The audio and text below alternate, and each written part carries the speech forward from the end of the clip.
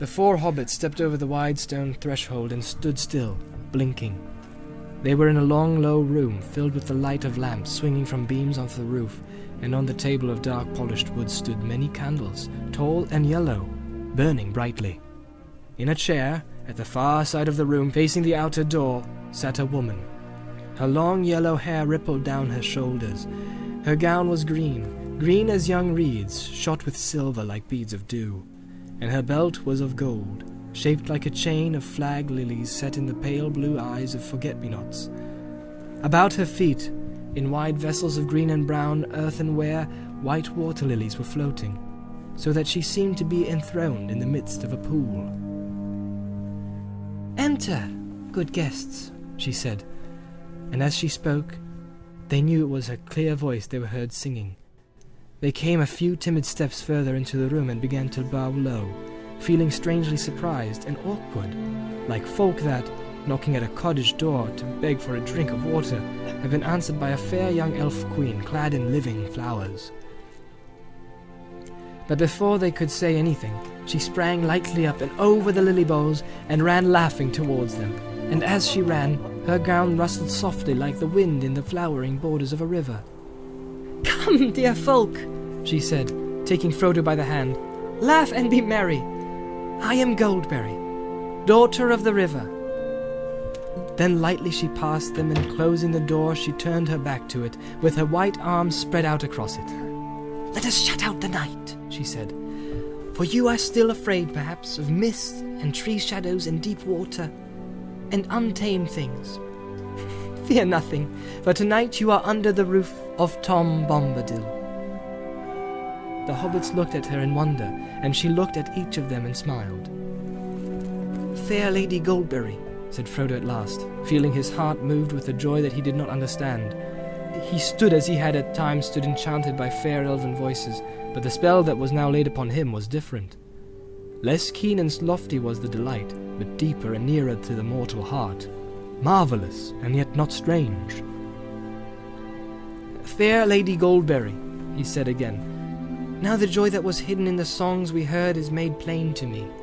O slender as the willow wand, O clearer than clear water, O reed by the living pool, fair river daughter, O springtime and summertime, and spring again after, O wind on the waterfall and leaves laughter." Suddenly he stopped and stammered, overcome with his surprise to hear himself saying such things, but Goldberry laughed. "Welcome," she said. "I've not heard that folk of the Shire were so sweet-tongued, but I see you are an elf friend. The light in your eyes and the ring in your voice tells it. It is a merry meeting. Sit now, sit and wait for the master in the house. He will not be long. He has tended your tired beasts." The hobbits sat down gladly in low, rush-seated chairs, while Goldberry busied herself around the table, and their eyes followed her, for the slender grace of her movement filled them with quiet delight. From somewhere behind the house came a sound of singing. Every now and again they caught, among many a derry-dole and merry-dole, and ring-a-ding-a-dillo, the repeated words, "Old Tom Bombadil is a merry fellow. Bright blue his jacket is, and his boots are yellow." "Fair lady," said Frodo again after a while, "tell me if my asking does not seem foolish. Who is Tom Bombadil?" "He is," said Goldberry, staying her swift movements and smiling. Frodo looked at her questioningly. "He is as you have seen him," she said in answer to his look. "He is the master of the wood, water, and hill." Then all this strange land belongs to him?" "No, indeed," she answered, and her smile faded. "That would indeed be a burden," she added in a low voice, as if to herself. "The trees and the grasses and all things growing or living in the land belong to each of themselves. Tom Bombadil is the master. No one has ever caught old Tom walking in the forest, wading in the water, leaping on the hilltops under the light and shadow. He has no fear. Tom Bombadil is master." A door opened, and in came Tom Bombadil. He had now no hat, and his thick brown hair was covered with autumn leaves. He laughed, and going to Goldberry, took her hand. "Here's my pretty lady," he said, bowing to the hobbits. Here's my Goldberry, clothed all in silver green, with flowers in her griddle. He's the table laden. I see yellow cream and honeycomb, and white bread and butter, milk, cheese, and green herbs, and ripe berries gathered. Is that enough for us? Is the supper ready?" "It is," said Goldberry, "but the guests perhaps are not." Tom clapped his hands and cried, "Tom, Tom! Your guests are tired and all, and you had near forgotten. Come now, merry friends, and Tom will refresh you. You shall clean grimy hands, and wash your weary faces, cast off your muddy cloaks, and comb out your tangles." He opened the door, and they followed him down the short passage and round a sharp turn. They came to a low room with a sloping roof. A penthouse, it seemed, built on the north end of the house. Its walls were of clean stone, but they were mostly covered with green hanging mats with yellow curtains. The floor was flagged and strewn with fresh green rushes. There were 4 deep mattresses, each piled with white blankets laid on the floor along one side. Against the opposite wall was a long bench laden with wide earthenware basins, and beside it stood brown ewers filled with water, some cold, some steaming hot. There were soft green slippers set ready beside each bed. Before long, washed and refreshed, the hobbits were seated at the table, 2 on each side, while at either end sat Goldberry and the master. It was a long and merry meal. Though the hobbits ate as only famished hobbits can eat, there was no lack. The drink in their drinking bowls seemed to be clear, cold water, yet it went to their hearts like wine and set free their voices. The guests became suddenly aware that they were singing merrily, as if it was easier and more natural than talking. At last Tom and Goldberry rose and cleared the table swiftly. The guests were commanded to sit quiet, and were set with chairs, each with a footstool to his tired feet. There was a fire in the wide hearth before them, and it was burning with a sweet smell, as if it were built of applewood. When everything was set in order, all the lights in the room were put out, except one lamp and a pair of candles at each end of the chimney shelf. Then Goldberry came and stood before them, holding a candle, and she wished them each a good night and deep sleep.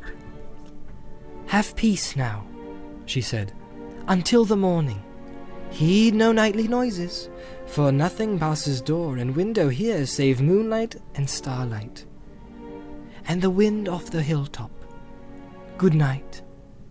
She passed out of the room with a glimmer and a rustle.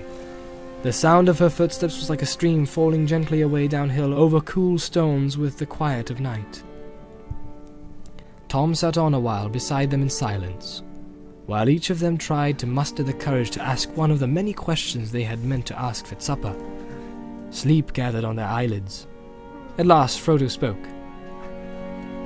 "Did you hear me calling, Master? Or was it just chance that brought you at that moment?" Tom stirred like a man shaken out of an unpleasant dream. "Eh? What?" said he. "Did I hear you calling? Nay, I did not hear. I was busy singing. Just chance brought me here then, if chance you call it. Hi, it was no plan of mine, though I was waiting for you. We heard news of you, and learned that you were wandering. We guessed you'd come here along down the water.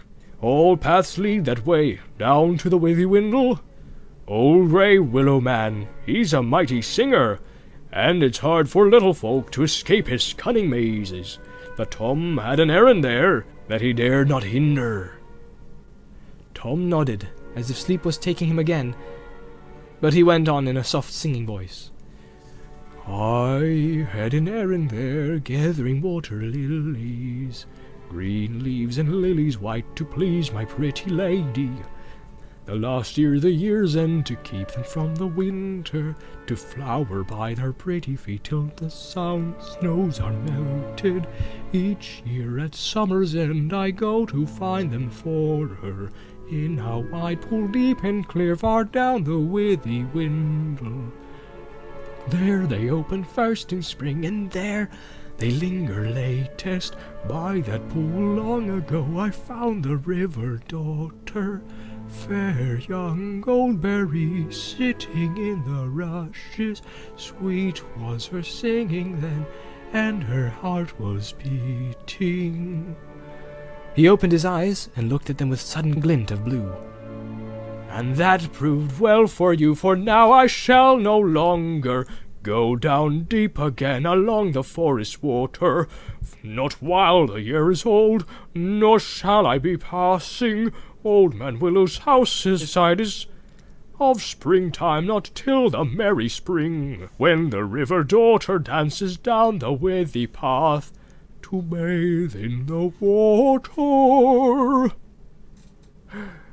He fell silent again, but Frodo could not help asking one more question, the one that most desired to have answered. "Tell us, master," he said, "about the Willow Man. What is he? I've never heard of him before." "No! Don't!" said Merry and Pippin together, sitting suddenly upright. "Not now! Not until the morning!" "Oh, that is right," said the old man. "Now is the time for resting. Some things are ill to hear when the world's in shadow. Sleep till the morning light, lest on the pillow heed no nightly noise. Fear no grey willow."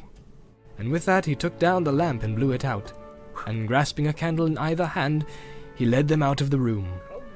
Their mattresses and pillows were soft as down, and the blankets were of white wool. They had hardly laid themselves on the deep beds and drawn the light covers over them before they were asleep. In the dead night, Frodo lay in a dream without light. Then he saw the young moon rising. Under its thin light there loomed before him a black wall of rock, pierced by a dark arch, like a great gate. It seemed to Frodo that he was lifted up, and passing over he saw that the rock wall was a circle of hills, and that within it was a plain, and in the midst of the plain stood a pinnacle of stone, like a vast tower, but not made by hands. On its top stood the figure of a man. The moon as it rose seemed to hang for a moment above his head and glistened in his white hair as the wind stirred it. Up from the dark plain below came the crying of fell voices and the howling of many wolves. Suddenly a shadow like the shape of great wings passed across the moon. The figure lifted his arms and a light flashed from the staff that he wielded. A mighty eagle swept down and bore him away. The voices wailed and the wolves yammered. There was a noise like a strong wind blowing, and on it was borne the sound of hoofs, galloping from the east. "Black Riders," thought Frodo, as he wakened, with the sound of the hoofs still echoing in his mind. He wondered if he would ever again have the courage to leave the safety of these stone walls. He lay motionless, still listening, but all was now silent. And at last he turned and fell asleep again, and wandered into some other unremembered dream. At his side Pippin lay dreaming pleasantly, but a change came over his dreams, and he turned and groaned. Suddenly he woke, or thought he had waked, and yet still heard in the darkness the sound that had disturbed his dream. The noise was like branches fretting in the wind, twig fingers scraping wall and window. He wondered if there were willow trees close to the house, and then suddenly he had a dreadful feeling that he was not in an ordinary house at all, but inside the willow, and listening to that horrible dry, creaking voice laughing at him again. He sat up and felt the soft pillows yield to his hands, and he lay down again relieved. He seemed to hear the echo of words in his ears. "Fear nothing. Have peace until the morning. Heed no nightly noises." Then he went to sleep again. It was the sound of water that Merry heard falling into his quiet sleep, water streaming down gently, and then spreading irresistibly all around the house into a dark, shoreless pool. It gurgled under the walls and was rising slowly but surely. "I shall be drowned," he thought. "It will find its way in, and then I shall drown." He felt that he was lying in a soft, slimy bog, and springing up he set his foot on the corner of a cold, hard flagstone. Then he remembered where he was and lay down again. He seemed to hear or remember hearing, "Nothing passes doors or windows save the moonlight and starlight, and the wind off the hilltop." A little breath of sweet air moved the curtain. He breathed deep and fell asleep again. As far as he could remember, Sam slept through the night in a deep content, if logs are contented. They woke up, all four at once, in the morning light. Tom was moving about the room, whistling like a starling. When he heard them stir, he clapped his hands and cried, "Hey, come, merry dole, derry dole, my hearties!" He drew back the yellow curtains, and the hobbit saw that these had covered the windows at either end of the room, one looking east and the other looking west. They leapt up refreshed. Frodo ran to the eastern window and found himself looking into a kitchen garden, grey with dew. He had half expected to see turf right up to the walls, turf all pocked with hoof prints. Actually, his view was screened by a tall line of beans on poles, but above and far beyond them the grey top of the hill loomed up against the sunrise. It was a pale morning. In the east, behind the long clouds like lines of soiled wool, stained red at the edges, lay glimmering deeps of yellow. The sky spoke of rain to come, but the light was broadening quickly, and the red flowers of the beans began to glow against the wet green leaves. Pippin looked out of the western window, down into a pool of mist. The forest was hidden under a fog. It was like looking down onto a sloping cloud roof from above. There was a fold or channel where the mist was broken into many plumes and billows, the valley of the Withywindle. The stream ran down the hill of the left and vanished into the white shadows. Near at hand was a flower garden, and a clipped hedge silver-netted, and beyond that grey shaven grass pale with dewdrops. There was no willow tree to be seen. "Good morning, merry friends!" cried Tom, opening the eastern window wide. A cool air flowed in. It had a rainy smell.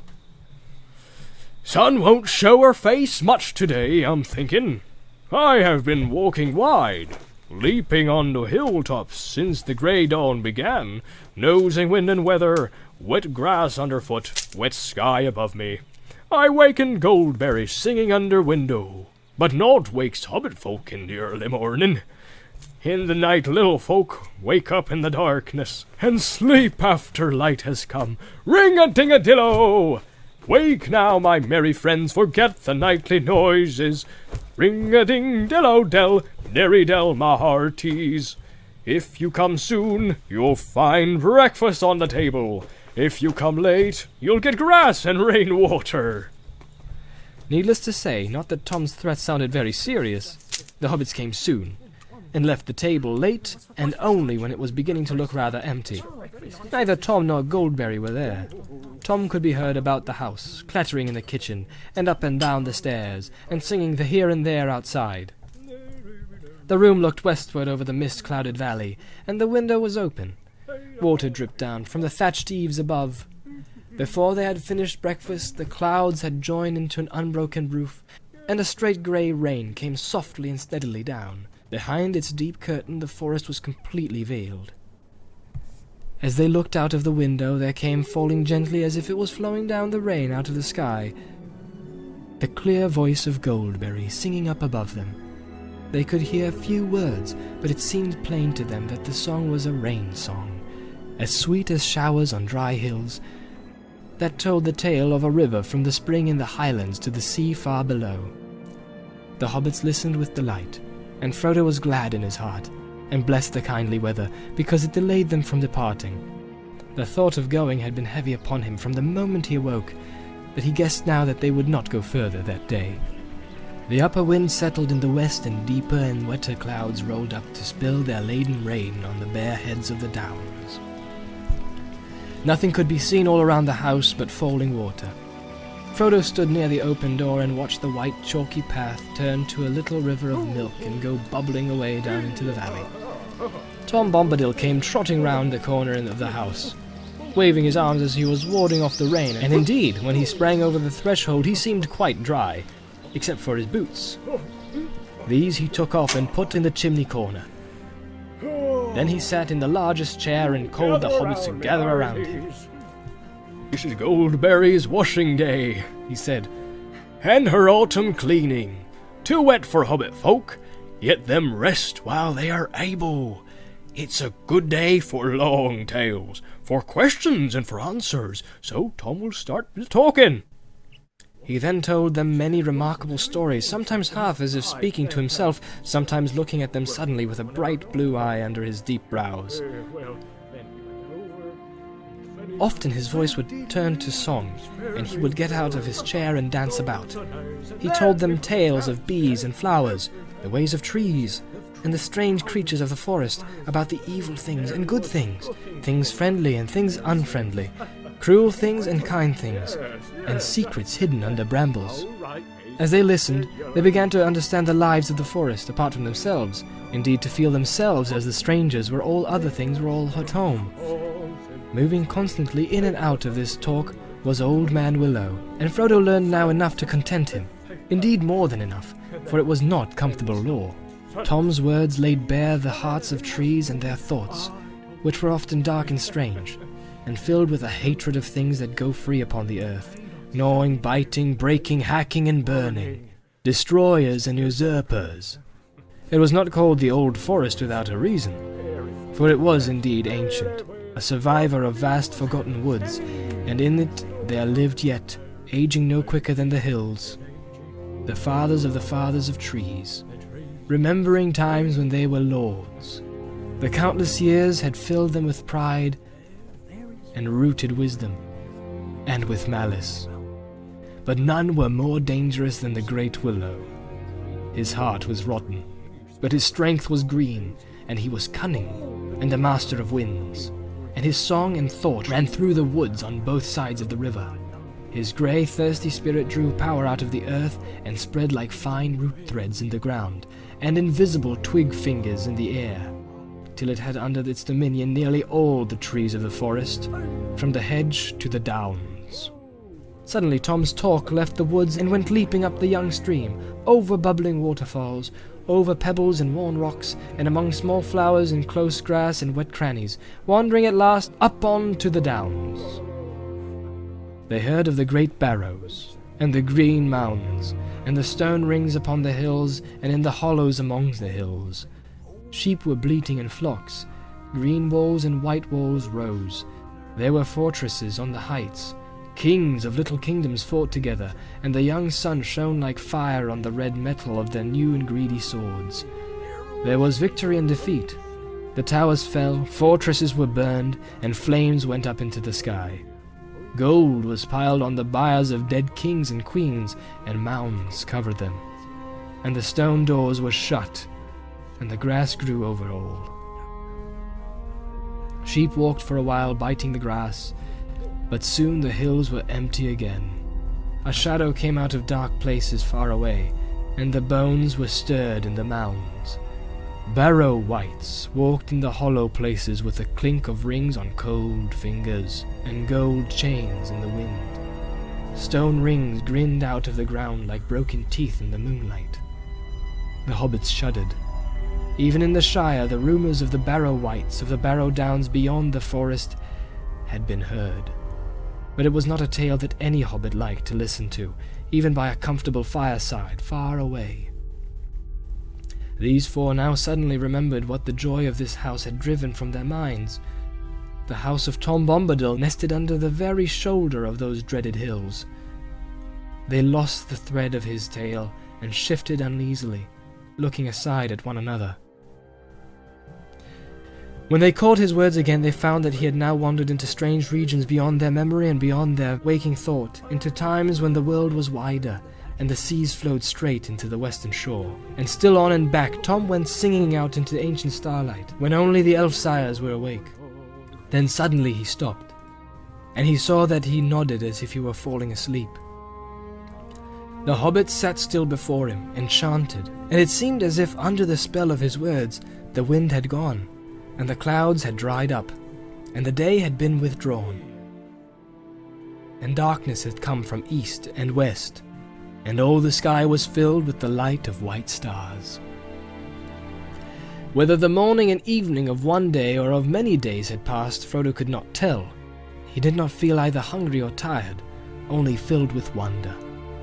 The stars shone through the window, and the silence of the heavens seemed to be round him. He spoke at last, out of his wonder and sudden fear of that silence. "Who are you, master?"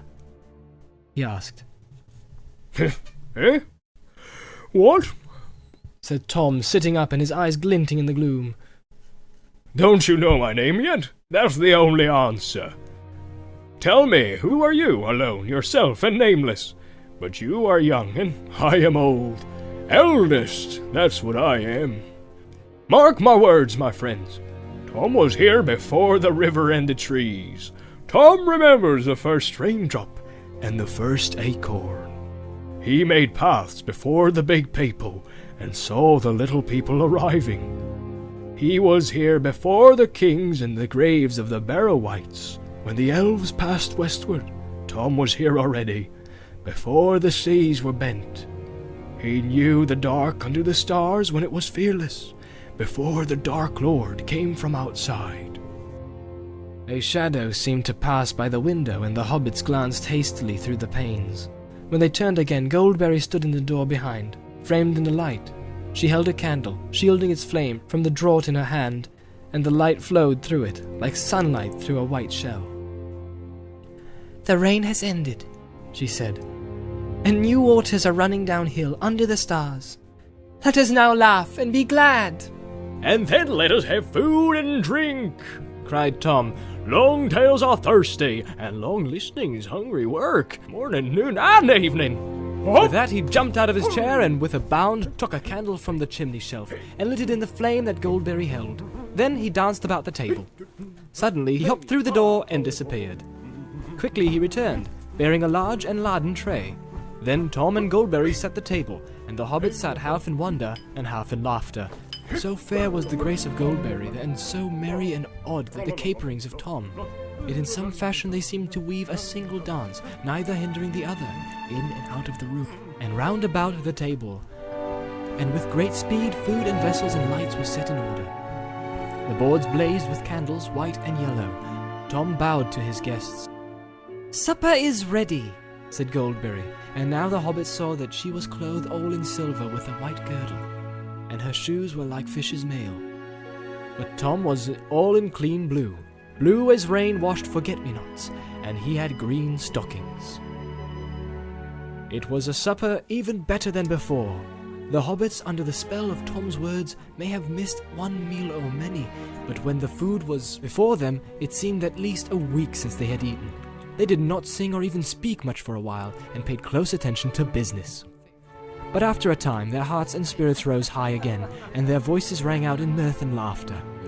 After they had eaten, Goldberry sang many songs for them, songs that began merrily in the hills and fell softly down into silence. And in the silences they saw in their minds pools and waters wider than any they had known. And looking into them, they saw the sky below them, and the stars like jewels in the depths. Then once more she wished them each good night, and left them by the fireside. But Tom now seemed wide awake, and plied them with questions.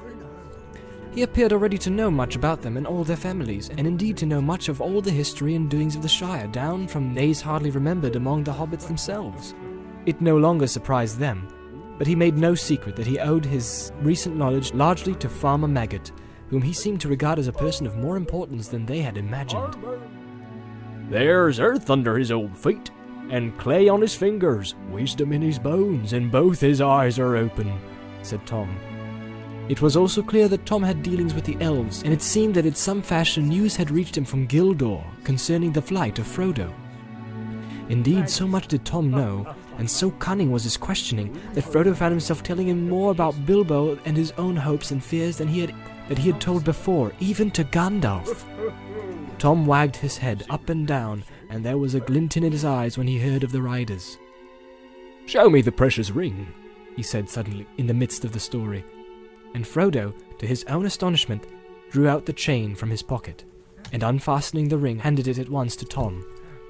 It seemed to grow larger as it lay for a moment on his big brown-skinned hand. Then suddenly he put it to his eye and laughed. For a second the hobbits had a vision, both comical and alarming, of his bright blue eye gleaming through a circle of gold.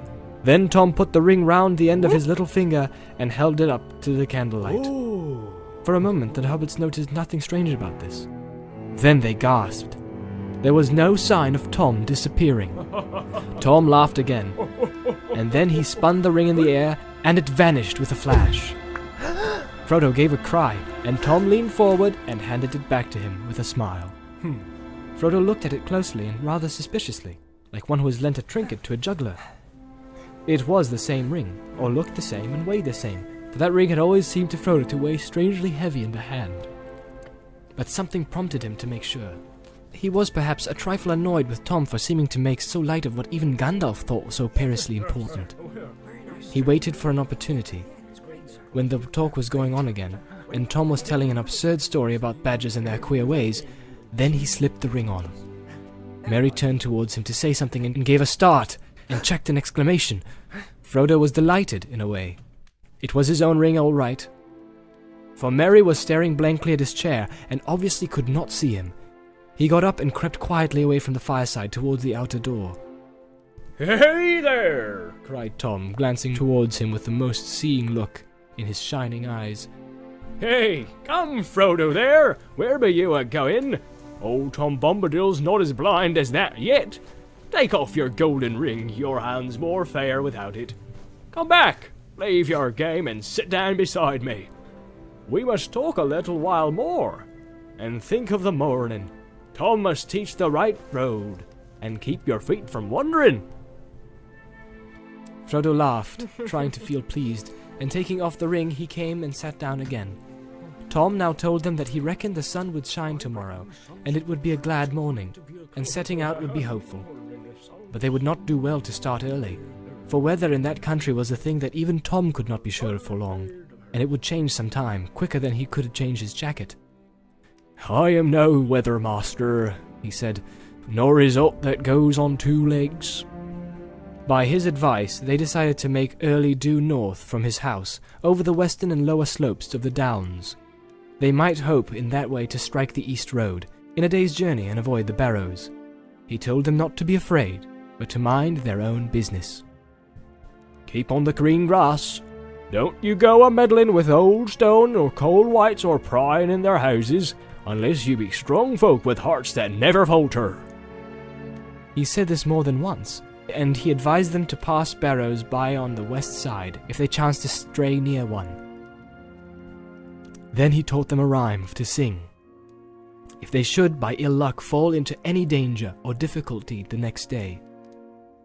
"Oh, Tom Bombadil, oh, by water, wood, and hill, by the reed and willow, by fire, sun, moon, and hearken now and hear us. Come, Tom Bombadil, for our need is near us."